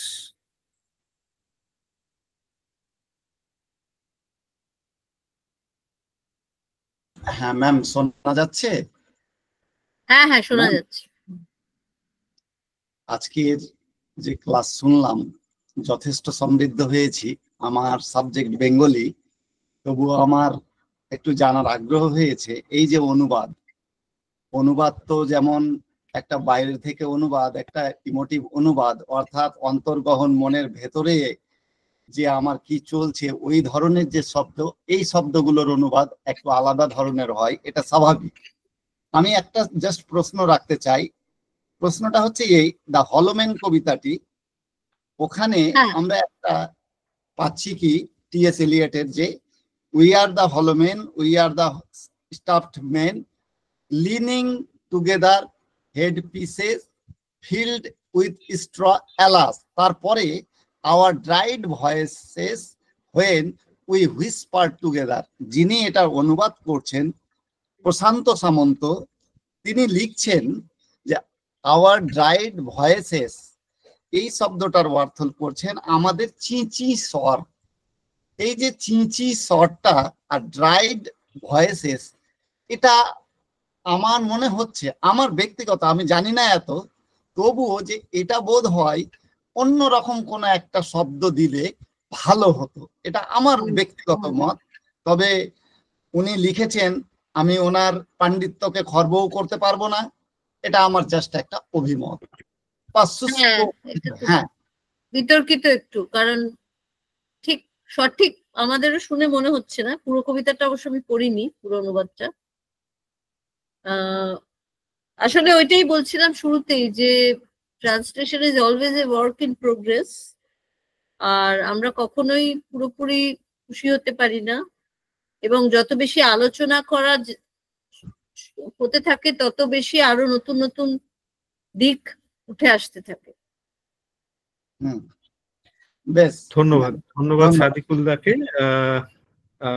আমি এখানে একটা মন্তব্য আবারও একটু গুঁজে দেব। আমার মনে হয় সাদিকুলদা বিষ্ণুদের যে অনুবাদটি, সেটা আপনি একবার দেখবেন। টি.এস. এলিয়টের যে অনুবাদ বিষ্ণুদেব করেছিলেন, আমরা সব ফাঁপা মানুষ ইত্যাদি, একটু দেখবেন। আচ্ছা, বিষ্ণুদের অনুবাদটি। হ্যাঁ, ঠিক আছে। এখানে আরো অম্লানের বোধহয় অম্লান ছোট্ট একটি প্রশ্ন করেছেন, কিন্তু উত্তরটা বোধহয় বেশ গভীর হবে। অ্যাডাপ্টেশনের রেলেভেন্স ট্রান্সলেশনের ক্ষেত্রে উনি জানতে চাইছেন। অ্যাডাপ্টেশন বলতে কি, ভারতীয়করণ বলতে চাইছেন? মনে হয় অ্যাডাপ্টেশন বলতে উনি পুরোপুরি পুনঃসর্জন যেটাকে বলা হয়, পুনঃসৃজন যেটাকে বলা হয়, সেই ধরনের। এটা নিয়ে প্রথম আলোচনায় মৃন্ময়দা বেশ কিছু কথা বলেছেন, সেটাও আমি অম্লানকে একটু দেখে নিতে বলবো, আর যশোধরাদির প্রতিক্রিয়া নেব আপাতত।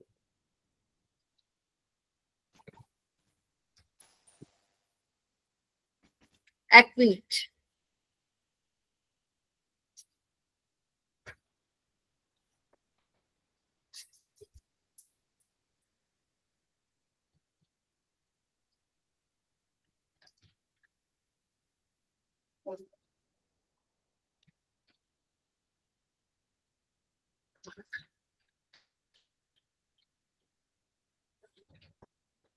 আমরা আরো কিছু প্রশ্ন এসেছে যেগুলো একদম খুব সুন্দর প্রশ্ন। তবে এবার গৌতম দা, আমরা কি আজকের মতো প্রশ্ন নেওয়া আজকে থামিয়ে দেবো? তার কারণ 8:21 হয়ে গেছে, কিন্তু এখন উত্তরগুলো অবশ্যই সময় প্রায় শেষের দিকে আমরা। কিন্তু আমার আরেকটা জিনিস, যে যদি ইম্পর্টেন্ট প্রশ্ন বলে মনে হচ্ছে, যদি মনে হয় সেটা একটু দেখা উচিত। ওই ধীরাজ সাহা দুটি প্রশ্ন রেখেছেন। মুখার্জির প্রশ্নটা পড়ছি, জেগে শুয়ে শুধু, এটা আমি করেছিলাম, জেগে শুয়ে, উনি জেগে শুয়ে শুয়ে কেন করেছি এটা জিজ্ঞেস করেছেন, যে দুবার কেন ব্যবহার করা হয়েছে।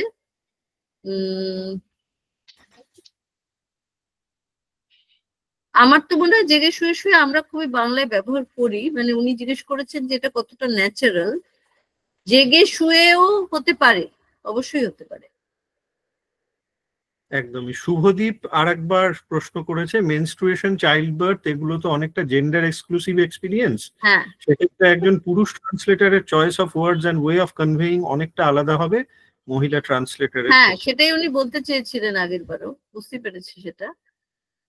তবে মানে অনুবাদকের যদি জেন্ডার ভিত্তিক অনুবাদ করতে থাকেন তাহলে নিজেকে অনেকটা রেস্ট্রিক্ট করে দেওয়া হয় মনে হয়, সেটা একটা সমস্যার জায়গা। মানে আমি যদি শুধুই নারীর কবিতাই অনুবাদ করি, পুরুষের কবিতা না অনুবাদ করি, সেটা তো নিজেকে রেস্ট্রিক্ট করা। পুরুষ কেউ যদি চান তিনি অনুবাদ করতেই পারেন। আমি একটা জিনিসের, আমার অনুবাদটা পড়ে আপনাদের হয়তো একটা মনে হতেই পারে যে আমি খুব তথাকথিত বাংলা কাব্যিক ভাবে অনুবাদ করি না। এটা আমার একটা সচেতন ক্রিয়া। মানে আমার মনে হয় না যে মানে একটা ইংরেজি কবিতা, যেই ধরনের কবিতাগুলো আমি বেছেছি সেগুলো খুব কাব্যিক, সো কল্ড কাব্যিক নয়, মানে উইদিন কোটস।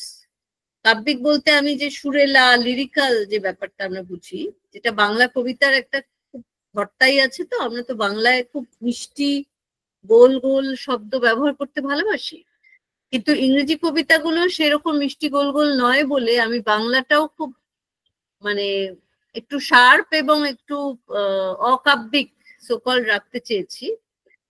সেটা ওই শব্দ যখন আমি বাছছি তখন বাছাইয়ের মধ্যেও আমার সচেতনে এবং অবচেতনে ওটা কাজ করছে, যে আমি ওটাকে আমার মতো করে ছন্দে ঢেলে দেব না, বা আমি বাংলার যে নরম শব্দগুলো, পেলব শব্দগুলো আছে সেগুলো দিয়ে আমি ওটাকে প্রতিস্থাপিত করব না। সেটা একটা সচেতন, মানে অনুবাদকও কিন্তু তার মানে আসলে ওই যেটা আপনারা বললেন লস্ট ইন ট্রান্সলেশন এবং গেইনড ইন ট্রান্সলেশন দুটোই, ওটা অনুবাদকেরই অনুবাদ হয়ে যায়। আরেকজন অনুবাদ করলে তার, আমার অনুবাদটা আরেকজনের অনুবাদ পাশাপাশি রাখলে দেখবেন দুজন সম্পূর্ণ আলাদাভাবে অনুবাদ করেছেন।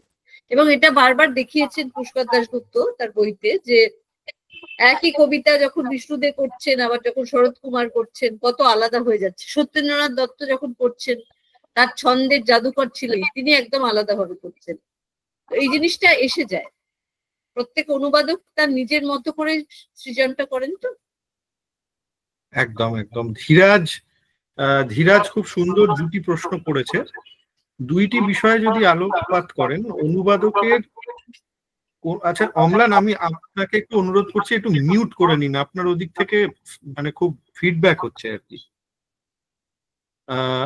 দুটি বিষয়ে যদি আলোকপাত করেন, অনুবাদকের কোনো এক সংস্কৃতির সাপেক্ষে তার প্রান্তিক অবস্থান যা তার অনুবাদের বিষয়, আর আমি অনুবাদ কার জন্য করছি, নিজের জন্য না হতে পারে এরকম পাঠকের জন্য। হ্যাঁ, আসলে আমি নিজের জন্যই করছি আমার মতে। আর দ্বিতীয়ত কোনো অনুবাদকের প্রান্তিক অবস্থান না লেখকের প্রান্তিক অবস্থান, এটা প্রথম প্রশ্নটা আমি ঠিক বুঝতে পারলাম। হ্যাঁ ধীরাজ, যদি মাইক অন করে আপনি বলতে চান আপনি প্লিজ বলুন। আমি অনুবাদকেরই বলতে চাইছি। আচ্ছা আচ্ছা, হ্যাঁ, এখানে আমি তো একজন প্রান্তিক অবস্থানের মানুষ নারী হিসেবে, আমি আরেকজন প্রান্তিক অবস্থানের নারীর বাক্যটা বলতে চাইছি। কাজেই দুটোই মানে দুটোই প্রান্তিক অবস্থানকে আইডেন্টিফাই করছে এবং নিজের জন্যই করছি মূলত। ঠিক ঠিক ঠিক। দেবাদিত্য, আমরা শেষের দিকে একেবারে আমরা দিদি, নন্দিনী গৌতম দা, নন্দিনী গুপ্ত লাস্ট একটি প্রশ্ন করেছেন, ওটা নিয়ে আমরা শেষ করি। কিছু কবিতা খুব ছন্দ নির্ভর, যেমন শক্তির কিছু কবিতা, যদি ছন্দে অনুবাদ করা অসম্ভব হয় তাহলে কি অনুবাদ করা অনুচিত, না মাচ লস্ট ইন ট্রান্সলেশন হলেও অনুবাদ করার কোনো সার্থকতা আছে? হ্যাঁ, এটাও একটা বিরাট আলোচনার বিষয়। অ্যাকচুয়ালি আমি যেটা পড়ছিলাম যে অনেকেই ইদানিং যেটা করেন সেটা হচ্ছে প্যারাফ্রেজিং করেন। তারা ছন্দের ঝামেলার মধ্যে যেতে চান না বলে তারা গদ্য রূপে অনুবাদটি করে দেন। সেটাও একটা থিওরি বা একটা সচেতন সিদ্ধান্ত, যে আমি মূল কবিতাটির মধ্যে যে ছন্দের দোলা আছে সেটা কিছুতেই অন্য ভাষায় আমি আনতে পারবো না, সে বিষয়ে সচেতন হয়েই তারা ওটা টানা গদ্যে শুধু কবির বক্তব্যটি লিখে দিচ্ছেন। এবং অবশ্যই লস্ট ইন ট্রান্সলেশন হচ্ছে, কিন্তু অন্তত কবি যেটা মানে শব্দের ওই বাচ্চার্থ এবং খানিকটা লক্ষণা ব্যঞ্জনাও আসছে হয়তো, কিন্তু ধ্বনি মাধুর্য এবং ছন্দের মাধুর্যটা আর আসছে না। একদমই একদমই। আচ্ছা, অম্লান যে প্রশ্নটি করেছিলেন যশোধরা দি, ওই অ্যাডাপ্টেশন, কবিতা ট্রান্সলেশনের ক্ষেত্রে অ্যাডাপ্টেশন কতদূর প্রযোজ্য সেই বিষয়ে আপনি আসলে পুরনো যদি আপনি দেখেন, আপনি যদি ধারাবাহিকভাবে পুরনো অনুবাদ পড়েন তাহলে দেখবেন সত্যেন্দ্রনাথ দত্ত এরা খুব ভালো অ্যাডাপ্টেশন করেছিল। মানে অ্যাডাপ্টেশন বলতে যেটাকে বোঝাচ্ছেন আপনি, আমার মনে হয় যেখানে কবির মূল কবিতার থেকে অনেকটা সরে গেলেও সেটা একটা খুব বাংলা কবিতা হিসেবে সুন্দর কবিতা হয়ে উঠছে।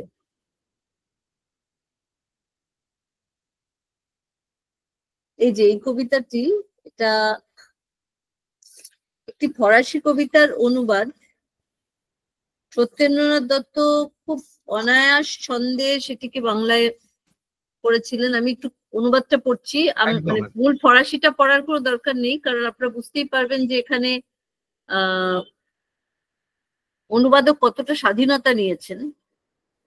যখন তুমি প্রাচীন হবে সন্ধ্যাকালে, তবে উনন পাড়ে বসে বসে কাটবে সুতা জবে, আমার রচা গানগুলি হায় গুনগুনিয়ে গাবে, বলবে তুমি জানিস কিলো, আহা যখন বয়স ছিল, লিখতো গানে আমার কথা কবি সে তার ভাবে।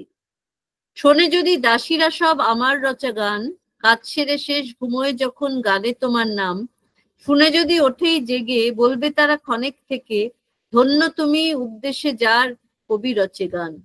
মাটির তলে মাটি হয়ে ঘুমিয়ে আমি রব, গাছের ছায়া নিশির কায়ে ছায়া যখন হব, তোমার গর্ব আমার প্রীতি, মনে তোমার পড়বে নীতি, দিও তখন দিও মোরে, দিও প্রণয় তব, তুমি যখন প্রাচীন হবে আমি ধূলি হব। অসাধারণ। ছন্দের জাদুকর কেন ওনাকে বলা হতো তা আমরা আজও বুঝি। যশোধরা দিকেও অনেক ধন্যবাদ, এত সুন্দর তাৎক্ষণিকভাবে আপনি কবিতাটি প্রয়োগ করলেন আলোচনায়। আচ্ছা, আমরা আলোচনা তো শেষের দিকেই এসছি, কিন্তু ওই গৌতম দা যেটা বলেছিলেন যে যদি শেষ মুহূর্তেও কিছু ভালো আসে, যশোধরা দি আরেকটা প্রশ্ন কি নেব? হ্যাঁ, এটাই লাস্ট, তাহলে আমাকে এবার একটু অন্য কাজে যেতে হবে। একদম একদম।